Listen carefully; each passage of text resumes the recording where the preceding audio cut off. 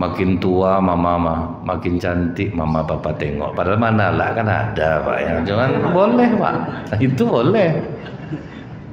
Suami bertanya ke ibu, menurut mama papa ini masih seganteng dulu. Itulah heran mama nengok papa nih Pak. Banyak yang sebaya-baya papa ini udah uzur semua. Papa ini yang masih tetap gagah. Walaupun mau muntah ibu ngomong tuh, tahan. Tahan Bu. Nah, jadi memang inilah yang boleh Pak. Jadi ini yang kita jaga-jaga nih Pak. Gimana supaya kita tidak menjadi orang yang berdusta. Karena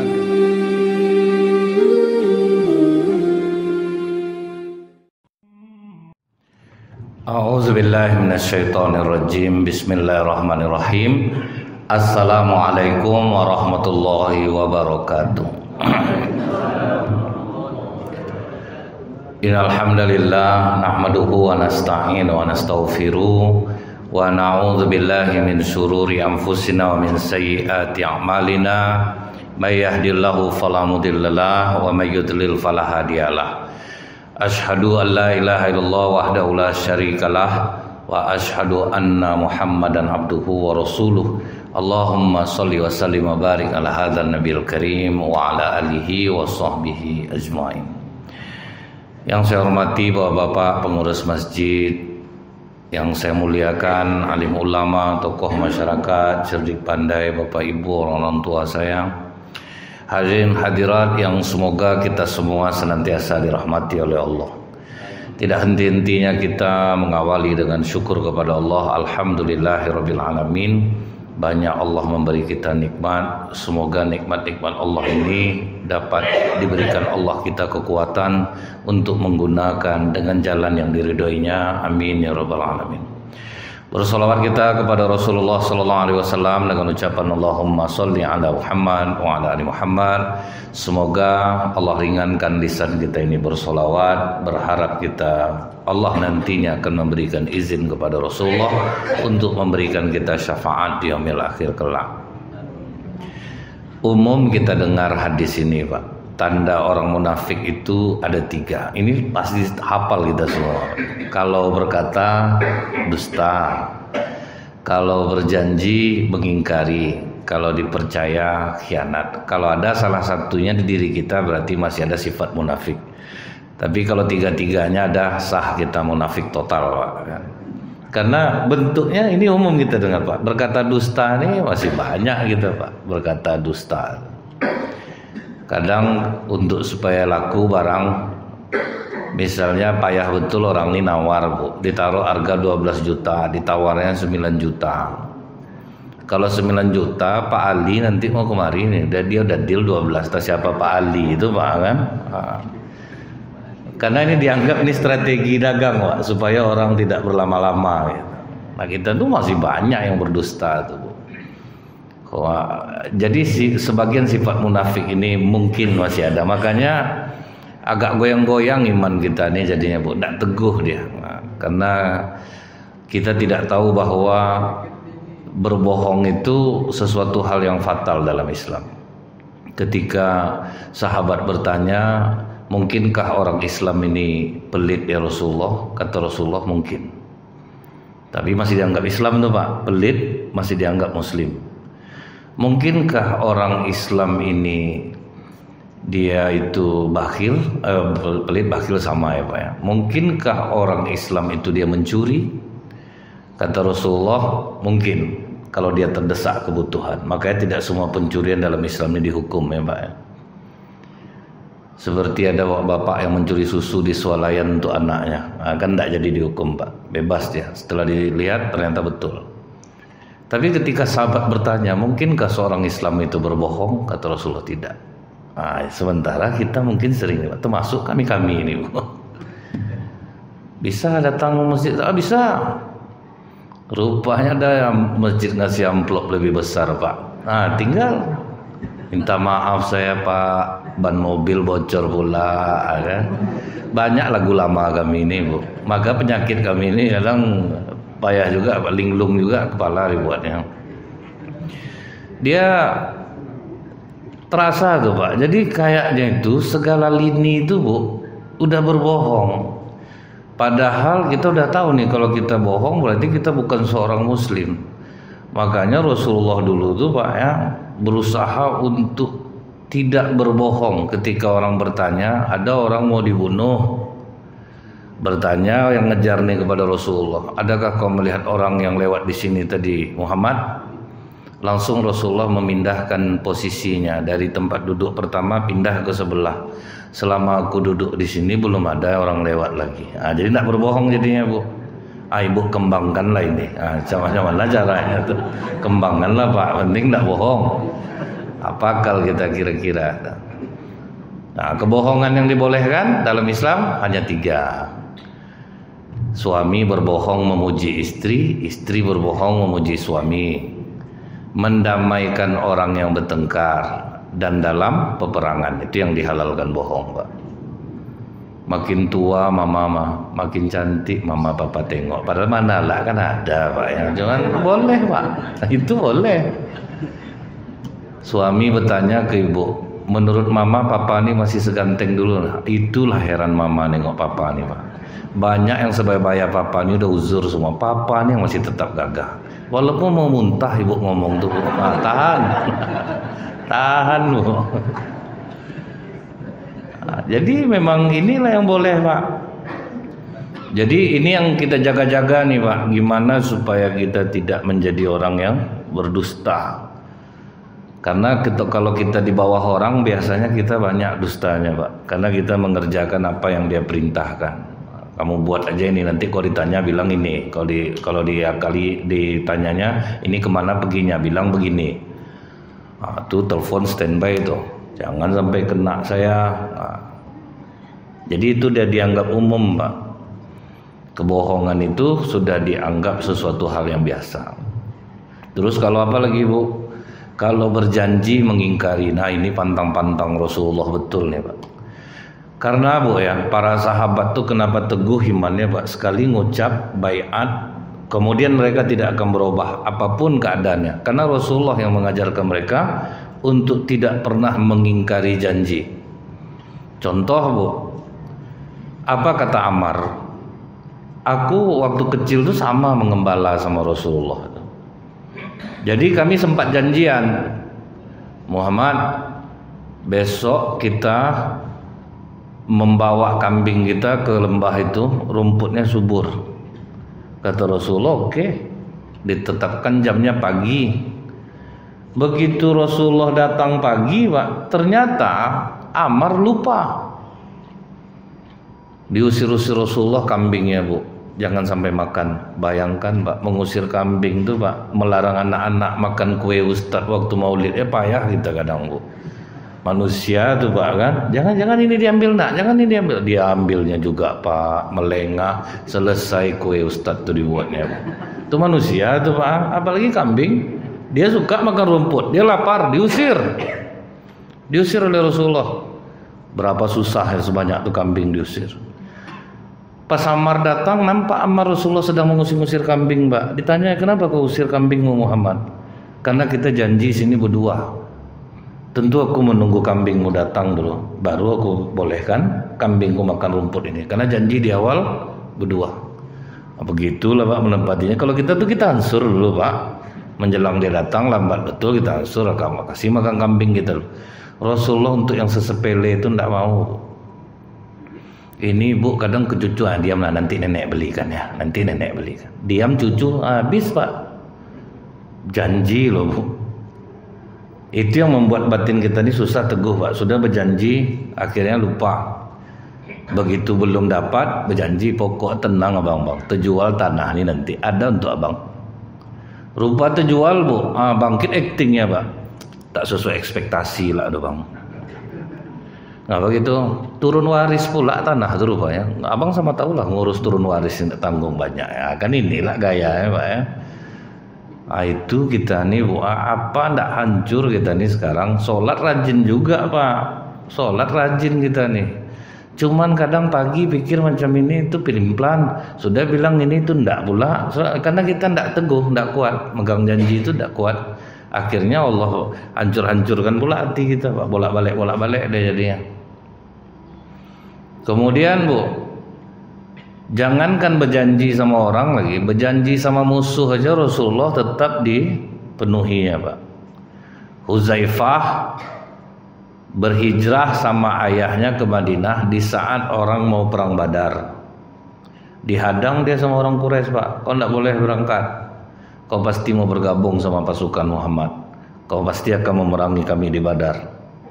Boleh kalian berangkat, janji kalian tidak akan memerangi kami.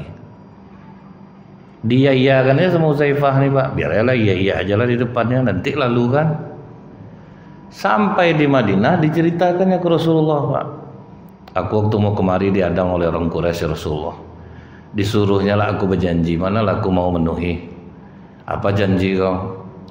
Aku akan berangkat ke Madinah, tapi aku berjanji tidak akan bergabung bersamamu di Badar. Kata Rasulullah, pasukan kita memang kurang. Kita cuma 315. Lawan kita 1000. Ini kekuatan yang kita ada, sisanya kita minta tolong sama Allah. Dan mengenai janjimu kepada mereka, hendaklah kau penuhi. Jangan kau ikut bergabung bersama kami, tinggallah engkau di Madinah. Sama musuh aja berjanji Pak, dipenuhi. Makanya Bu ya, Allah tuh mengatakan wa aufu bil ahdi innal ahda kana mas'ula. Penuhilah janji, karena janji itu akan diminta pertanggungjawabannya. Dalam pepatah Arab Bu, ada mengatakan fabda'in kitaf nadam. Lebih baik katakan tidak daripada berkata iya nanti menyesal. Jadi itu betul dijaga-jaga. Ini betul kita bisa memenuhi enggak? Kalau enggak, jangan coba-coba Pak. Nah, ini yang mengurang teguhkan jiwa kita umat Islam pada masa ini. Sulit untuk memenuhi janji. Datang ke rumah nanti Pak ya, insya Allah. Itu enggak datang tuh Pak. Udah pakai insya Allah, enggak datang lagi Bu. Insya Allah itu hanya boleh dipakai kita pasti datang, tinggal izin Allah aja lagi boleh atau tidak. Kalau bisa rasa enggak datang, saya enggak bisa janji Pak. Belum tahu lagi. Nah, macam-macam lah jawaban kita Pak. Cuma kadang kita hanya ingin hati orang senang, akhirnya kita ucapkanlah janji, padahal kita tidak akan memenuhinya. Sahabat Rasulullah itu Bu ya, mereka itu karena Rasulullah mengajarkan memegang janji itu Bu, mereka betul-betul memenuhi janji itu Pak. Walaupun resikonya mati. Contoh Pak, waktu Rasulullah di Bukit Uhud bersama Abu Bakar, Umar, Utsman. Kemudian kata Rasulullah begitu di atas, bergetar Bukit Uhud ini. Kata Rasulullah, Uhud, diamlah. Karena di atasmu ada Nabi, ada Siddiqin, dan 2 orang yang mati syahid. Padahal belum mati lagi nih Pak, tapi sudah dikatakan Rasulullah, Umar, Utsman mati syahid. Ternyata apa Bu? Umar itu meninggal karena memegang janji Pak. Padahal dia udah tahu nih ini bahaya, tapi sudah telanjur Bu. Ceritanya itu,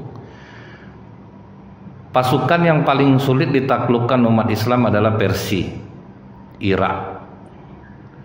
Jadi waktu berhasil umat Islam menguasai Persia Pak, tertangkaplah pimpinannya, namanya Hurmuzan. Hurmuzan ini pemimpin Persia, dan kalau kita lihat dalam Al-Quran Pak, kan ada sering kita mendengar walan tardo angkal Yahudu wan Nasoro. Orang Yahudi dan Nasrani tidak akan pernah senang sebelum kamu mengikuti jalannya. Di situ tidak dijelaskan Allah orang Yahudi dan Nasrani seperti apa. Rupanya sebelumnya sudah dijelaskan Allah dalam surah Al-Baqarah 109, yaitu sebagian besar ahli kitab, orang-orang yang faham tentang kitabnya. Jadi tidak pukul rata Pak, tidak semua orang Yahudi dan Nasrani. Sehingga Rasulullah mengatakan apabila ada orang non-muslim tinggal di perkampungan orang muslim, merasa tidak aman dia, sama kalian dengan berperang denganku. Jadi kalau yang ahluz zimmah dijaga, yang tidak ada perjanjian damai. Nah yang dikhawatirkan itu siapa Pak? Ahlul kitab ini. Mereka itu susah untuk apa Bu? Mereka dengki. Bagaimana supaya dia tidak akan senang selamanya kepada umat Islam. Nah Hurmuzan tertangkap. Hurmuzan ini udah jelas dia adalah ahli kitab. Dia tertangkap. Kemudian apa kata Umar kepadanya, Pak? Hurmuzan, silahkan kau bicara apa saja. Kata Hurmuzan ini, bicara orang yang mau dipenggal kepalanya atau dibiarkan hidup. Kata Umar, labas, ngomong apa saja. Berarti bebas. Nah, itu bebas ya Pak ya. Janji udah Umar nih, bebas mau ngomong apa aja. Apa kata Hurmuzan nih Bu? Kalian bangsa Arab ini tidak ada artinya di mata kami. Kalian ini budak-budak kami. Tapi semenjak kalian punya Allah, di situ kami agak susah menguasai kalian. Dari narasi bicara dia, terasa Umar ini ada unsur dendam di dalamnya. Maka Umar berbisik kepada Anas, ini orang bahaya kalau kita biarkan hidup nih. Biar aku yang memenggal kepalanya, kata Umar. Kata Anas, Khalifah, ketika kita menaklukkan Persia, kita meninggalkan musuh yang banyak di sana. Mereka bukan orang yang mudah putus asa menerima kekalahan. Kalau terdengar dia pimpinannya mati, mereka akan mati-matian juga akan berperang. Kita sedang letih. Akhirnya Umar buruk sangka kepada Anas, Pak. Dibayar berapa kok kau bela-bela betul Hurmuzan nih? Curiga Umar ini ya Pak. Lain cara kau membela dia Anas. Kau tadi sudah mengatakan labas, ngomong apa saja. Berarti kau kan sudah janji untuk menjamin kehidupan dia. Kenapa dia setelah ngomong ingin kau penggal kepalanya? Cobalah datangkan satu orang lagi untuk meyakini bahwa arti labas itu ngomong apa saja, tidak mengapa. Dipanggillah Zubair bin Awam. Begitu Zubair bin Awam dipanggil, kata Zubair, betul Khalifah, kau mengatakan labas berarti tidak apa-apa, dia mau ngomong apa saja. Cuman Umar tetap tidak enak hati Pak. Ini nampaknya bahaya orang ini dibiarkan hidup. Tapi ya sudahlah, karena sudah, kalau memang itu artinya, ya udah. Umar tidak jadi memenggal kepalanya. Rupanya betul feeling Umar bin Khattab Pak. Hurmuzan ini pura-pura masuk Islam Pak. Syahadat dia. Wah, senang hati sahabat semua. Kan betul Khalifah. Untung tidak jadi dipancung. Masuk Islam dia. Pura-pura dia masuk Islam. Semenjak Hurmuzan masuk Islam, banyaklah orang Persia sering silih berganti datang ke Madinah Pak. Niat mereka itu sebetulnya satu, ingin membunuh Umar. Jadi yang datang itu pura-pura jadi budak semuanya Pak. Padahal mereka adalah tentara-tentara khusus di Persia. Termasuklah salah satu yang datang itu Abu Lu'lu'ah yang membunuh Umar bin Khattab Pak. Pura-pura jadi budak dia di rumah Al-Mughirah bin Syu'bah. Dia pura-pura jadi budak di sana. Setelah itu dia pandai membuat pedang, membuat tombak. Sayang sahabat semua sama dia Pak. Dia untung ada orang-orang Persia ini. Merasa terbantu Pak. Cuman Umar tetap tidak bagus feelingnya Bu sama orang-orang Persia yang datang nih.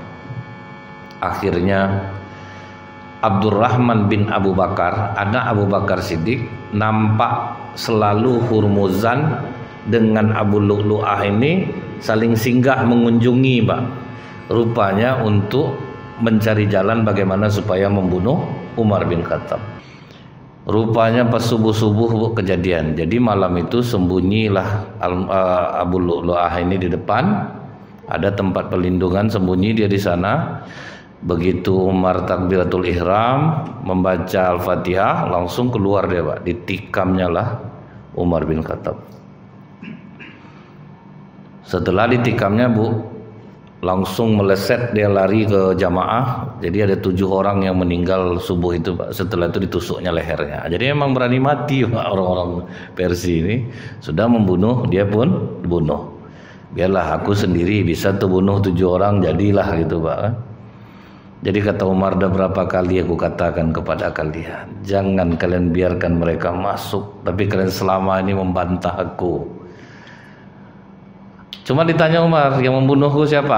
Abu Lu'lu'ah, budak Al-Mughirah bin Syu'bah. Alhamdulillah, bukan seorang muslim yang membunuh aku. Hebatnya racun pisau mata 2 dia itu Bu. Jadi kata Abdurrahman bin Abu Bakar, Pisau itu yang diancamkan Hurmuzan kepadaku malam itu. Hebat pisaunya itu apa, Bu? Sudah ditusukkan itu apa aja yang dimakan keluar di lubang yang ditusuk itu, Pak. Minum keluar dari sana, makan keluar dari sana. Ubaidillah langsung pergi ke rumah Hurmuzan. Begitu sampai ke rumah Hurmuzan langsung ditikam oleh Ubaidillah, Pak. Nah, timbul lagi masalah. Oh, itu kisos tuh, kau sudah membunuh sesama muslim. Akhirnya Ubaidillah terima, Bu. Ya udahlah, kalau memang dikisos tidak ada masalah, karena aku kan dapat info pasti dari Abdurrahman dengan pisau itu Umar dibunuh. Nah, kemudian pada masa Khalifah Utsman bin Affan, Ubaidillah ini diadili, Pak. Dipanggillah anak dari Hurmuzan yang bernama Qazaman. Begitu Qazaman datang, kau ingin menuntut kisos dengan Ubaidillah? Kata Qazaman, tidak. Karena aku memang mengetahui pembunuhan ini adalah direncanakan oleh ayahku. Selamatlah Ubaidillah, Pak. Jadi Umar pun meninggal karena memegang janji itu. Jadi kalau kita udah terlanjur berjanji ini, Bu, hati-hatilah. Apapun risikonya harus kita tunaikan ternyata, Pak. Tidak bisa, tidak. Apapun alasannya tidak bisa. Terlanjur berucap iya, lakukan. Kita akan mulia di mata manusia, mulia di mata Allah. Ingat saya dulu, Bu, ada masjid ngadu sama saya. Jadi dia sebelum duduk, Ustadz ngomonglah dari masjid tuh, kalau saya duduk besok Bapak Ibu, gaji saya 1 juta 1 bulan akan saya serahkan ke masjid ini. Duduklah Bapak nih, Bu. Dari pertama duduk sampai lengser, Pak. Tidak pernah nampak yang 1 juta itu di masjid tuh. Udah janji tuh, Pak. Apa ndak banyak kita nih diabetes, Bu? Banyak nelan janji manis, Pak. Nah, itu penyebab diabetes terbesar tuh sebetulnya itu, Bu.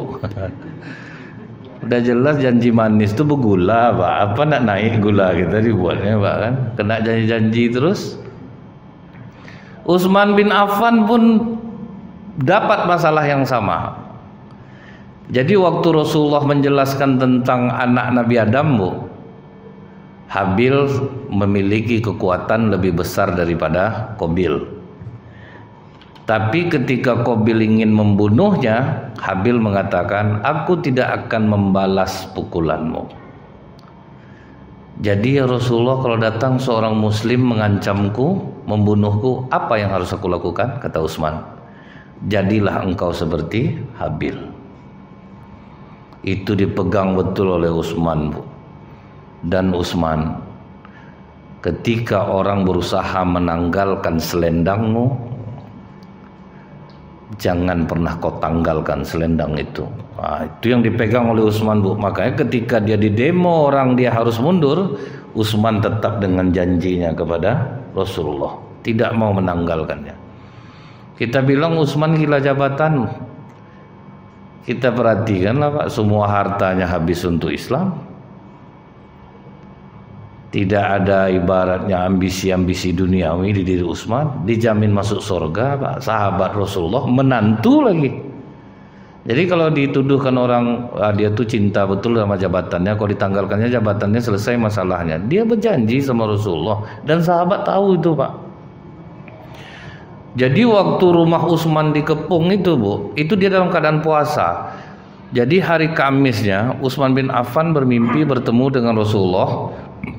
Utsman, berpuasalah engkau besok karena engkau akan berbuka bersama kami. Padahal Jumat kan makruh puasa, Pak. Tapi karena dia mimpi sama Rasulullah, maka dikasih taunya dia akan puasa besok. Nah, sahabat yang mempertahankan rumah Utsman bin Affan termasuk Abu Hurairah, termasuk anak Ali bin Abi Thalib karramallahu wajhah. Bagaimana Khalifah? Kita usir semua pendemo ini. Kata Utsman bin Affan, jangan gara-gara satu orang Utsman bertumpah darah umat Islam. Biarkan mereka. Akhirnya itulah, Bu, menjelang maghrib masuklah pendemo nih, menikam dada, menarik jenggot, memotong jari. Jadi Utsman itu mati ingat dia janjinya kepada Rasulullah, jadilah engkau seperti anak Adam. Betul-betul ditunaikan janjinya, Bu. Nah, setelah kejadian pembunuhan Utsman ini, Bu, maka Tidak boleh pula disolatkan Pak, tidak boleh dimandikan. Akhirnya disitulah Ummu Habibah istri Rasulullah, kalau sempat tidak kalian izinkan kami menyelenggarakan jenazah Utsman, aku istri Rasulullah akan membuka rambutku dan berjalan di kota Madinah. Takut semuanya Pak, karena kalau sempat terjadi waktu itu istri Rasulullah membuka rambutnya, hujan batu Madinah, itulah tibanya Pak kan. Akhirnya baru dibolehkan mereka menyelenggarakan jenazah Utsman. Itu gara-gara teguh memegang janji Pak. Kalau kita kabur tuh Pak, tidak ada cerita apa lagi Pak ya. Itulah yang terjadi pada Qaddafi, persis sama. Difitnah orang, digoreng orang, dicari orang keburukan-keburukannya. Akhirnya presiden yang sangat sayang sama rakyatnya, orang yang menikah dibiayai negara, sekolah gratis, listrik gratis. Akhirnya sekarang apa kata rakyat Libya?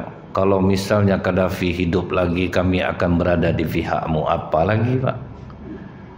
Temakan gorengan orang ya Pak ya. Dibunuhnya presidennya secara mengenaskan. Sekarang Libya hancur, menyesali apa yang telah mereka lakukan. Hancur sekarang Libya itu bukan. Nah ini terjadi di masa Utsman bin Affan. Disebabkan apa? Teguh memegang janji itu Pak. Jadi kalau sempat kita bisa bersifat seperti ini nih Bu, teguh juga hati kita nih. Ini yang dilakukan oleh para sahabat sehingga mereka itu teguh jiwanya terhadap Islam ini, tidak tergoyangkan dengan apapun. Bahkan kalau kita ingat lagi Pak, pada masa Khalifah Umar bin Khattab ada seorang anak muda, dia sedang sholat di masjid. Ontanya itu tidak terlalu kuat, dia mengikat di luar.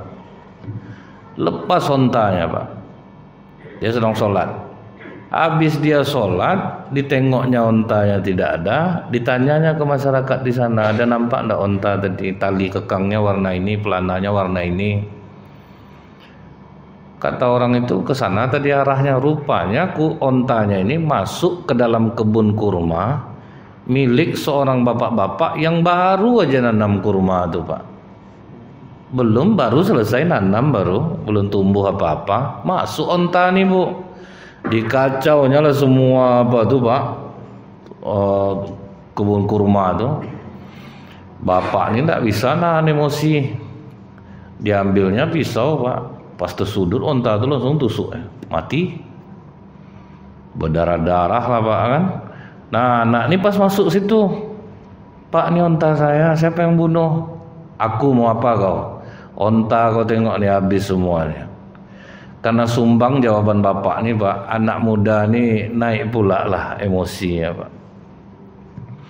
Diambilnya batu, dilemparnya arah ke bapak itu Bu, kena kepala bapak, matilah bapak itu Pak. Makanya Bu ya, kata Rasulullah, senangnya iblis mengganggu orang marah sama dengan anak kecil memainkan bola. Artinya apa? Mudah mau diapa-apakan saja. Kesolehan pasti hilang Pak. Jadi kalau orang Bu menengok akhlaknya adalah ketika dia marah. Saya ingat saya Bu sempat kagum saya sama bapak tuh. Asal jumpa orang, assalamualaikum, baik. Semobil saya sama dia, dipotong orang ngamuk dia Pak. Situ nampak aslinya Pak. Nampak aslinya langsung. Jadi kalau mau nengok orang akhlaknya baik tuh pas dia marah tuh lah Pak.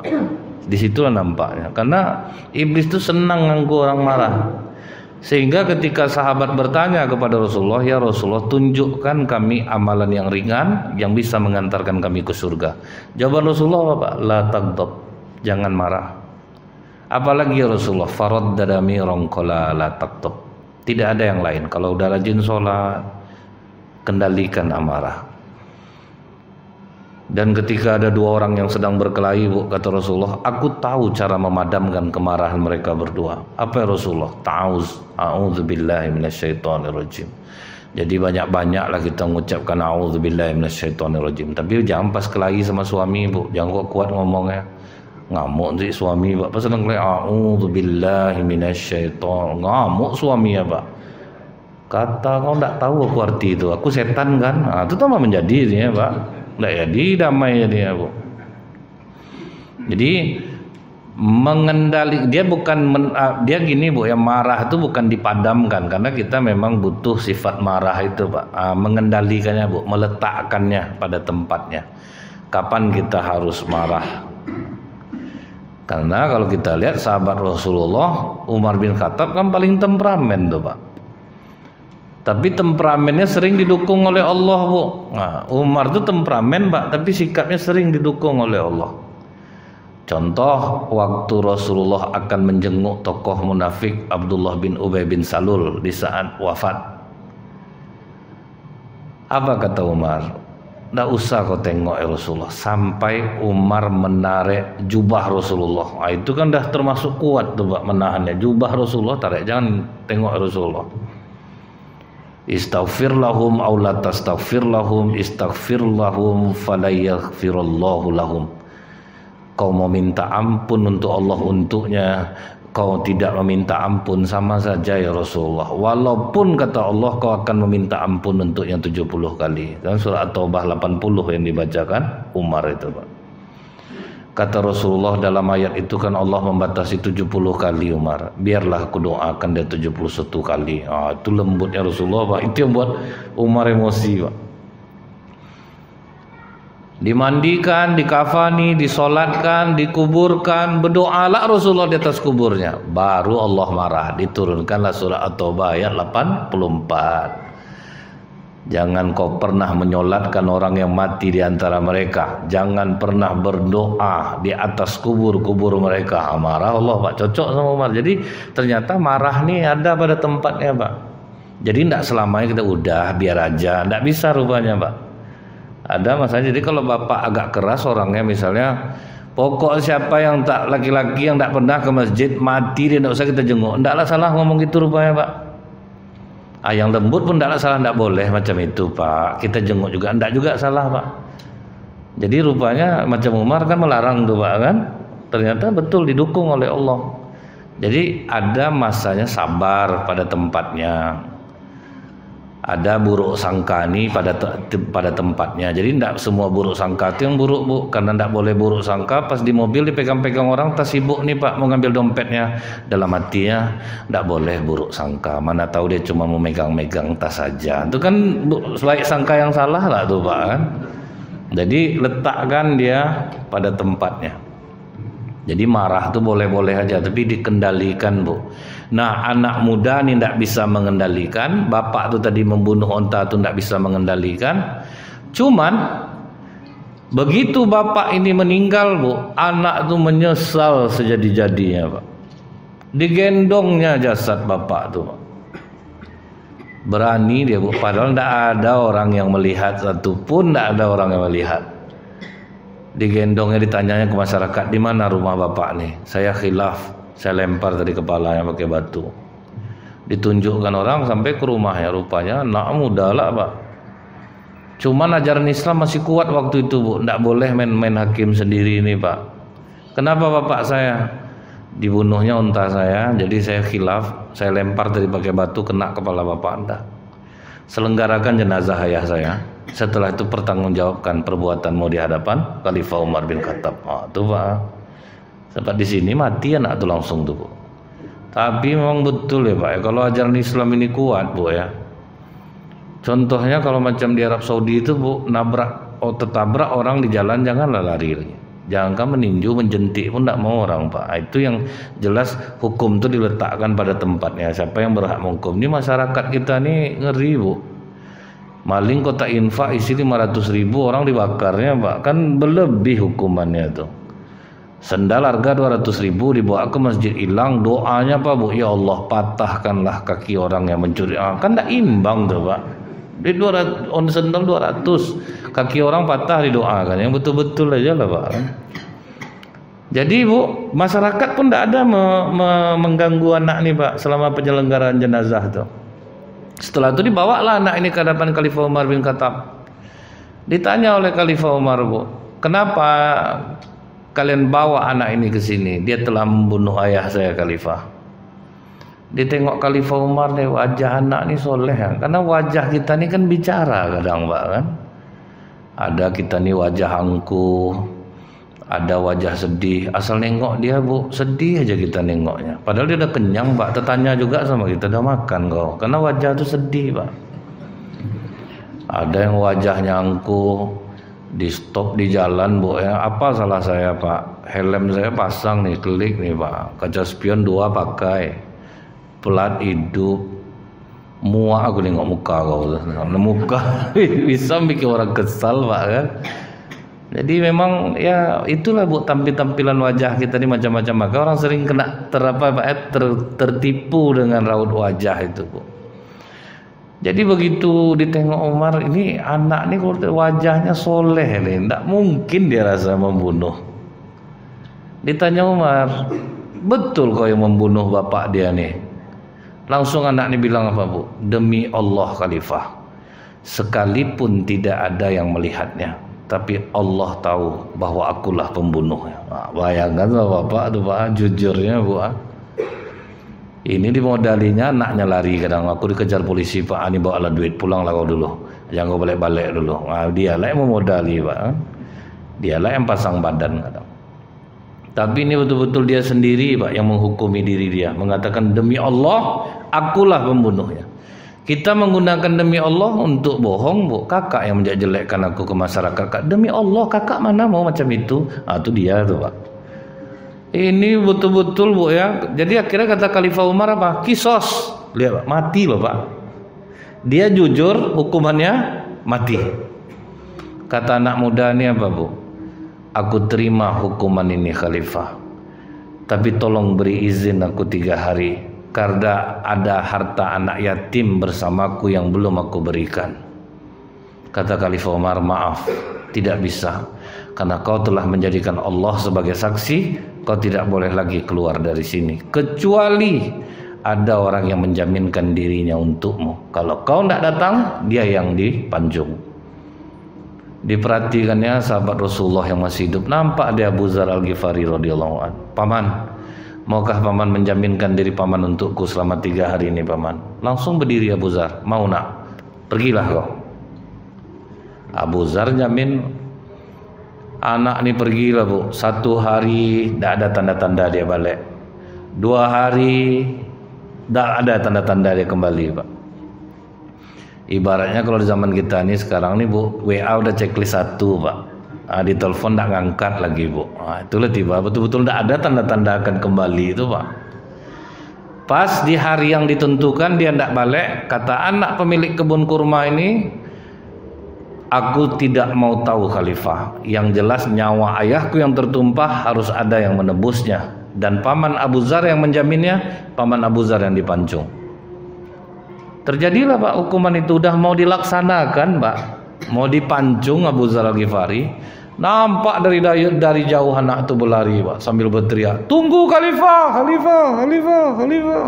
Tuh kalau difilmkan tuh bergema-gema tuh Pak kan. Nah, biar ada efek dramatisnya sedikit Bu kan. Aku telah datang, aku tidak akan mengingkari janji yang telah aku buat. Padahal bisa ngilang Pak, datang dia Bu. Langsung semua orang, mata orang ke Abu Dzar semuanya. Abu Dzar, pasti kau kenal sama anak ini? Enggak. Kau kenal sama ayahnya? Enggak. Kenal sama ibunya? Enggak. Kenapa kau berani menjamin anak ini? Karena aku ini tidak mau membuat orang berkata bahwa tidak ada orang Islam yang sayang kepada saudaranya sesama Muslim. Apalagi yang diragukan. Sedangkan tidak ada saksi aja berani dia ngaku dia bunuh. Bagaimana aku tidak percaya dengan dia? Menangis anak kebun kurma ini langsung Bu, aku cabut tuntutanku Khalifah. Jadi dia dihukum mati Pak, karena menepati janji. Jadi memang resiko berjanji ini ngeri Bu. Tapi siapa yang menunaikannya mulia dia di sisi Allah Pak. Walaupun akhirnya dia harus mati karena membuat janji itu. Jadi sampai kata para sahabat Rasulullah tuh, kalau berjanji sama orang, misalnya di tanah lapang, janji akan bertemu di tanah lapang tuh, udah panas hari kata sahabat, datang sahabat bilang, ya Rasulullah, kalau memang dia belum datang berteduhlah dulu, kan nampak nanti dari tempat teduh tuh. Kata Rasulullah, aku janjinya di sini bukan di situ. Tetap berdiri di tengah panas tuh Bu. Pas orang tuh datang, letih aku kau buat, lain kali hati-hati berjanji ya, sampai gitu Pak. Macam kami ini kan sering juga kena PHP sama jamaah. Ustadz, jangan lupa jam 2 Ustadz. Ini ya, orang jam 2 tuh mulai tekangkang-kangkang awak di jalan dibuatnya Pak. Sampai itu kita yang nunggu jadinya Bu. Ya lupa nelfon dari rumah dia nelfon Pak. Duduk lah tuh. Cuman saya selalu menghibur diri seperti ini Bu. Kalau saya yang datang duluan, cuman satu orang saya yang kecewa. Kalau sempat saya yang lambat datang Pak, ratusan mungkin orang bisa mengutuk-ngutuk saya Bu. Jadinya bahaya ke badannya. Jadi biarlah kita kecewa sendiri Pak ya. Ya contohnya waktu itu Bu, jam undangan Ustadz jangan sampai telat. Jam 8 pagi. Saya ini agak lugu kalau diundang orang tuh Pak. Betul-betul di jalan masih diingatkan juga Pak, ngebut loh saya Pak. Sampai di situ ngopi saya sampai jam 9 jadinya Pak. Duduk, nah, tunggu kejap ya Ustadz ya, sambil menunggu orang datang minumlah dulu. Ya Allah. Ya kalau enggak kadang kami mengecewakan. Jadi sebetulnya untuk melihat cerminan diri sebetulnya tuh Pak. Gitu. Jadi berarti kalau kita enggak datang itu ustadznya lambat datang, berarti ini pula lah perasaan orang. Nah, takut pula orang jadinya gitu. Nah ini yang harus kita rubah-rubah ini itulah Bu. Kalau berjanji itu adalah tepatilah, jangan sampai kita mengingkari. Itu yang dibanggakan Rasulullah Pak. Diceritakan dalam hadis Bukhari. Dulu ada Bani Israel ini, dia mau meminjam uang sama kawannya untuk berniaga. Pinjam uang kau 1000 dinar. Habis musim dagang, aku akan datang, ku ganti. Ditetapkanlah waktunya Pak. Siapa yang menjamin? Langsung dia jawab Bu, Allah yang menjadi penjaminku. Siapa yang jadi saksi? Allah yang menjadi saksiku. Akhirnya dipinjamkanlah Pak. Setelah dia selesai berdagang Bu, rupanya tidak ada kapal untuk pulang Pak. Di tanggal yang ditetapkan kawannya udah nunggu Bu. Kata kawannya, sholat isya lah kita lagi. Subhanakallahumma bihamdika asyhadu an la ilaha illa anta astaghfiruka wa atubu ilaik. Assalamualaikum warahmatullahi wabarakatuh.